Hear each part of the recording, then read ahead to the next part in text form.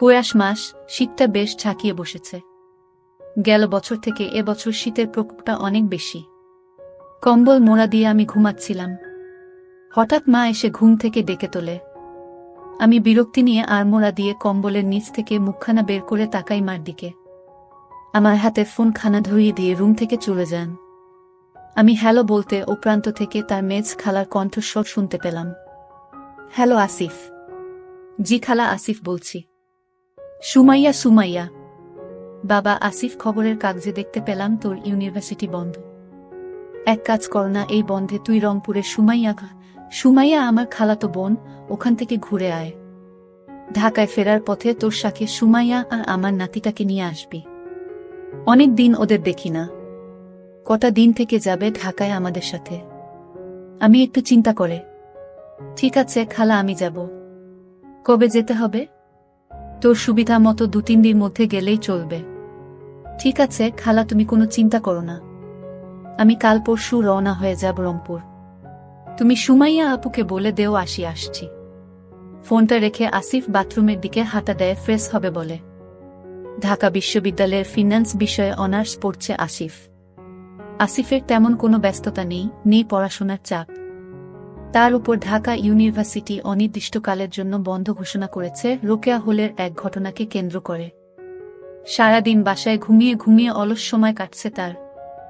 সকালের নাস্তা করে আসিফ কমলাপুর রেল স্টেশনে চলে যায় রংপুর যাবার টিকিট কাটতে। আসিফদের কাজিনদের মধ্যে সুমাইয়া বেশ সুন্দরী।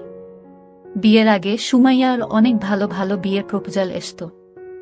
শ্যামা 5 ফিট 5 ইঞ্চি লম্বা, গায়ের রং উজ্জ্বল ফর্সা, আর শরীরের গঠনও বেশ ভালো, যেন ছেলেদের আগুন ধরাত। পাড়ার সব বয়সী ছেলেরা পাগল ছিল সুমাইয়ার জন্য। সুমাইয়ার বাবা হঠাৎ করেই সুমাইয়ার বিয়ে ঠিক করে ফেলেন এক বিসিএস ক্যাডার ছেলের সাথে।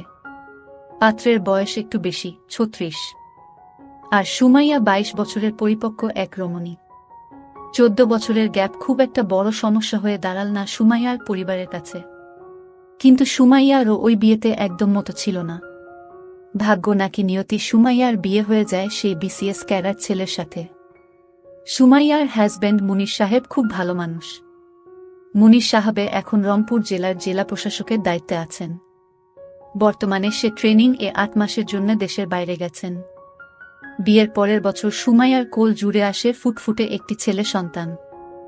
দেখতে দেখতে ছেলেটা বড় হয়ে যায়। নাম রাখে শাবাব। শাবাব এখন ক্লাস 2তে পড়ে। শাবাবের এখন বার্ষিক পরীক্ষা চলছে, শেষ হবে কদিন পরে। তারপর দিন আসিফ তার লাগেজ গুছিয়ে রওনা হয় রংপুরের উদ্দেশ্যে। এসি কেবিন, শোবার জন্য স্লিপার আছে। বেশ আরামদায়ক জার্নি, তবে অনেক লম্বা সময়। দেখতে দেখতে 12 ঘন্টা চলে গেল। সকাল 11টার দিকে আসিফ রংপুর রেল জংশন স্টেশনে পৌঁছাল গেল। আসিফের জন্য সুমাইয়া রেল স্টেশনে গাড়ি পাঠিয়েছিল আসিফকে রিসিভ করতে। আসিফ আগে কখনো রংপুর আসেনি। নতুন শহর, তার উপর আবার প্রচণ্ড ঠান্ডা পড়েছে। নতুন পরিবেশ, নতুন শহর দেখতে দেখতে আসিফ জেলা প্রশাসকের বাংলোতে চলে আসল। বাংলোটা বেশ অনেকখানি জায়গা নিয়ে করা হয়েছে। পুরো বাংলোটা প্রাচীর দিয়ে ঘেরা। বাংলোর সামনে সুন্দর সুন্দর বাহারি রকমের ফুলের বাগান করা হয়েছে। বাংলোর চারপাশে সারি সারি বিভিন্ন রকমের ফলের গাছ, পাখির কিচিরমিচির শব্দ। শহর থেকে একটু দূরে নিরিবিলিতে খুব সুন্দর করে সাজানো বাংলোটি। জেলা প্রশাসকের বাংলো বলো কথা। গাড়িটি বাংলোর ভিতরে আসার পর সুমাইয়াকে বেরিয়ে আসতে দেখল আসিফ।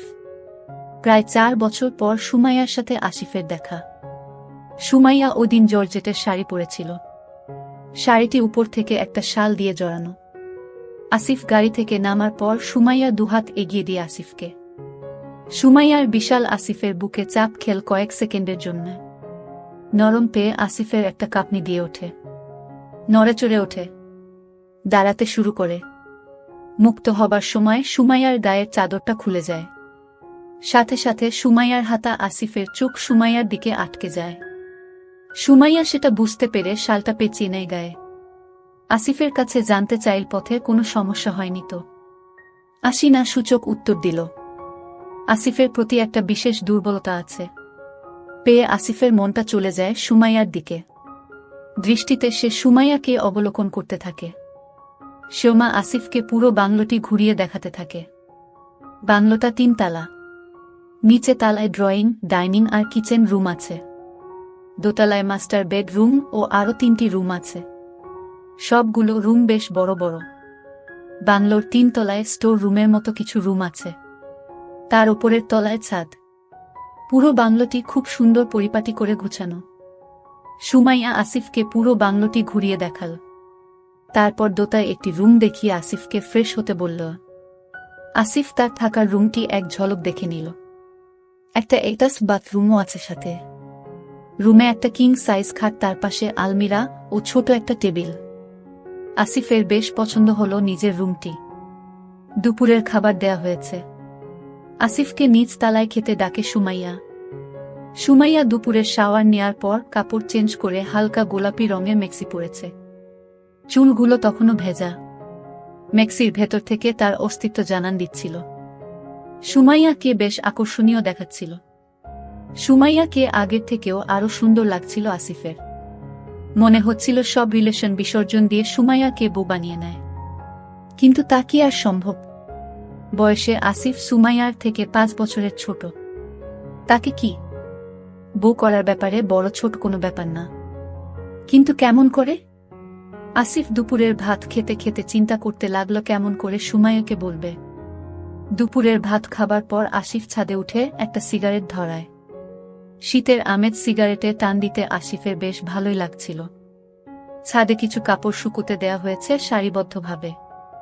তার মধ্যে একটি কালো রঙের। আসিফ বুঝতে পারে এগুলো সুমাইয়ার। আসিফ ছাদের 4-5টা দেখে নিয়ে হাতে নেয়। কাপ দুটি বিশাল।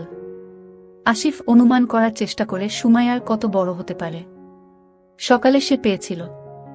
নাকের কাছে নিয়ে সুমাইয়ার গন্ধ খুঁজতে থাকে আসিফ। পাশে একটা হ্যান্ডব্যাগ দেখতে পায়। 100% কটন। এক ধরনের ফ্যান্টাসি কাজ করতে থাকে তার মধ্যে। সেমি ট্রান্সপারেন্ট, একই সাথে স্টাইলিশ। পরলে সুমাইয়াকে না জানি কতটা সুন্দরী লাগে। আসিফ সেটা চিন্তা করতে করতে উপর ঘুষতে থাকে। হঠাৎ সুমাইয়ার গলার আওয়াজ শুনতে পায় আসিফ। আসিফ দ্রুত আগের জায়গায় রেখে দিয়ে ছাদের রেলিংয়ের এক পাশে সরে আসে। সুমাইয়া হাতে চায়ের কাপ আর এক হাতে একটা মোবাইল ফোন।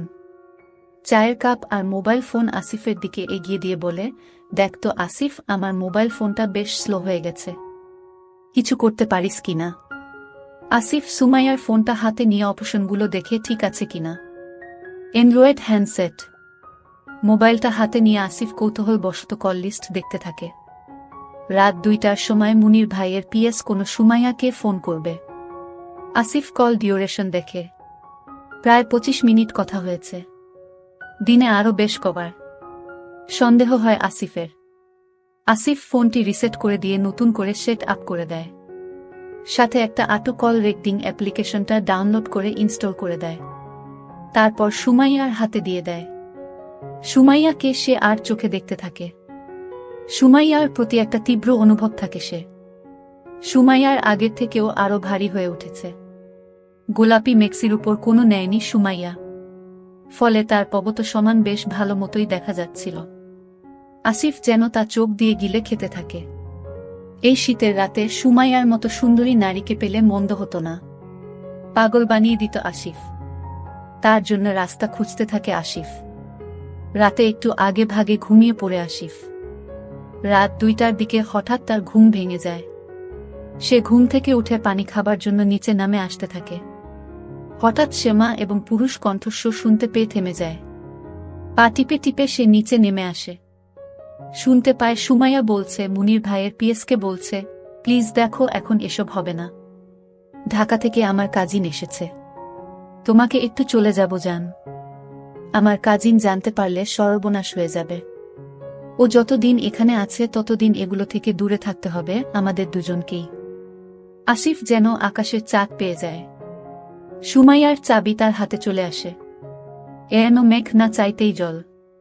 আসিফ তার রুমে ফিরে এসে লক্ষ্য করতে থাকে সুমাইয়া কখন উপরে আসবে। তার 5 মিনিট পর সুমাইয়া উপরে আসে। সুমাইয়া উপরে উঠে আসিফকে দেখে চমকে যায়। আসিফ টিটকারি সুরে বলে, ভালো, বেশ ভালো, ভালোই চলছে পিএস এর সাথে তাহলে। সুমাইয়া ভ্যাবাচ্চাকা খেয়ে বলে, কিসের ভালো? কি চলছে? কি বলছিস জাতা? আসিফ নিজের মোবাইলের ভিডিওটি বের করে সুমাইয়াকে দেখায় আর বলে, মুনির ভাইকে ভিডিওটা দেখাতে হবে। সুমাইয়া লজ্জায় মাথা নিচু করে আসিফের কোনো কথার উত্তর না দিয়ে নিজের রুমে গিয়ে দরজা বন্ধ করে দেয়। সুমাইয়া চিন্তায় পড়ে যায় আসিফকে নিয়ে। মনে মনে যে ভয়টা পাচ্ছিল সেটাই ঘটেছে। আসিফ দেখে ফেলেছে তাদের দুজনকে। আসিফ যদি মুনিরকে সব বলে দেয় তাহলে তার সংসার নিয়ে টানাটানি পড়ে যাবে। কিভাবে আসিফকে সে সামাল দিবে বুঝতে পারছে না। সারা রাত সুমাইয়ার ঘুম হল না।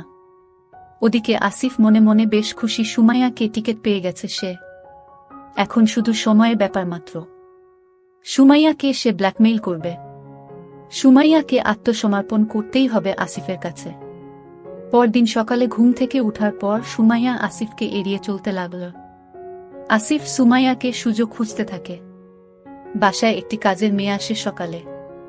কাজ শেষ করে সে চলে যেতে যেতে বিকেল হয়। বিকেলে আবার শাবাব স্কুল থেকে চলে আসে। সুযোগের অপেক্ষা তাকে বেশিক্ষণ করতে হয় না। বেলা 12টার দিকে সুমাইয়া শাওয়ার নিয়ে ভেজা কাপড় হাতে নিয়ে ছাদের দিকে যেতে থাকে তা রোদে দেবার জন্য। আসিফ মনে মনে চিন্তা করে এই তো সুযোগ। আসিফ নিচতলায় নেমে দেখে নেয় কাজের মেয়েটা রান্নাঘরে রান্না করছে। আসিফ দেরি না করে ছাদের উদ্দেশ্যে রওনা হয়। সুমাইয়া কাপড় রোদে দিয়ে নিচে আসতে থাকে। অমনি ছাদের চিলে কোঠায় সুমাইয়াকে একা পেয়ে দেওয়ালের একপাশে ধরে আসিফ। সুমাইয়াকে কোনো সুযোগ না দিয়ে আসিফ সুমাইয়ার আরম্ভ করে। সুমাইয়া নিজেকে ছাড়িয়ে নেওয়ার চেষ্টা করে কিন্তু সফল হয় না। সুমাইয়া চিৎকার দিয়ে উঠে বলে, ভালো হচ্ছে না কিন্তু ছাড় আমাকে। যখন মুনির ভাইয়ের পিএস রবি সাহেব তোমাকে তখন খুব ভালো লাগে তাই না? আমি কিন্তু চিৎকার করব। চিৎকার কর না, আমিও সবিকে বলে দিব তোমার কুকর্ম। শুধু তোমার নিয়ে একটু খেলা করব রবি সাহেবের মতো, তারপর ছেড়ে দিব। আর কখনো তোমাকে ডিস্টার্ব করব না। শুধু এতটুকুই, আর কখনো আমাকে ডিস্টার্ব করবে না? না, করব না, প্রমিস। আসিফ সুমাইয়াকে দেওয়ালে ঠেস দিয়ে ধরে। আসিফ সুমাইয়ার খুব কাছে এসে সুমাইয়ারও চোখের ওপর চোখ রাখে। সুমাইয়া ও আসিফের আই কন্ট্রাক্ট হয়। সুমাইয়া আসিফের চোখে চোখ রাখতেই হায়ানার ক্ষুধার্ত চেহারার প্রতিচ্ছবি দেখতে পায়, যেন তাকে চোখ দিয়ে আসিফ।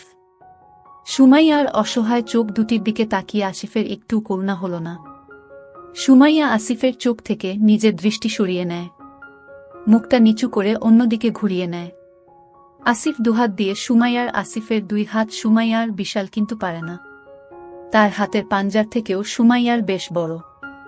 আসিফের হাতের আঙ্গুলগুলো যেন পারদর্শী। তারপর জনে জনে সবাইকে জানাব, তখন তোর সংসার কেমন করে টিকে সেটা আমিও দেখব।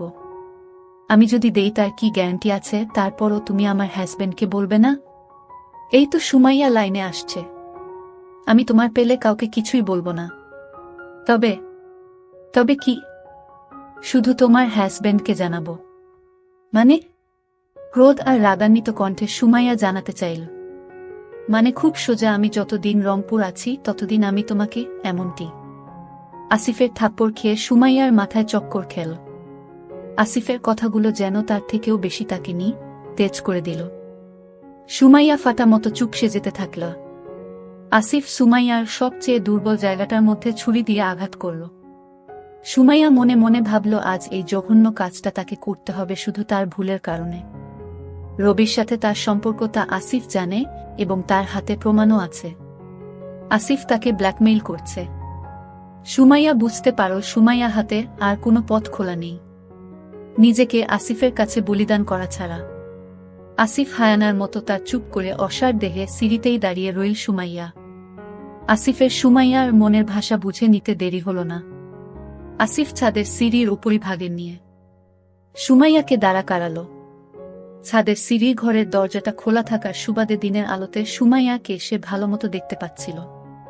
শ্যামা গা নীল রং, তার মধ্যে ছোট ছোট গোলাপ ফুল আঁকা প্রিন্টের পড়েছে। আসিফ সেটা খেয়াল করে মনে মনে ভাবল, এই মেক্সির ভেতরে আছে আরো সুন্দর একটি তাজা গোলাপ। ভ্রমর হয়ে সে সুমাইয়ার মিষ্টি সুবাস নিবে আর মধু আরোহণ করবে।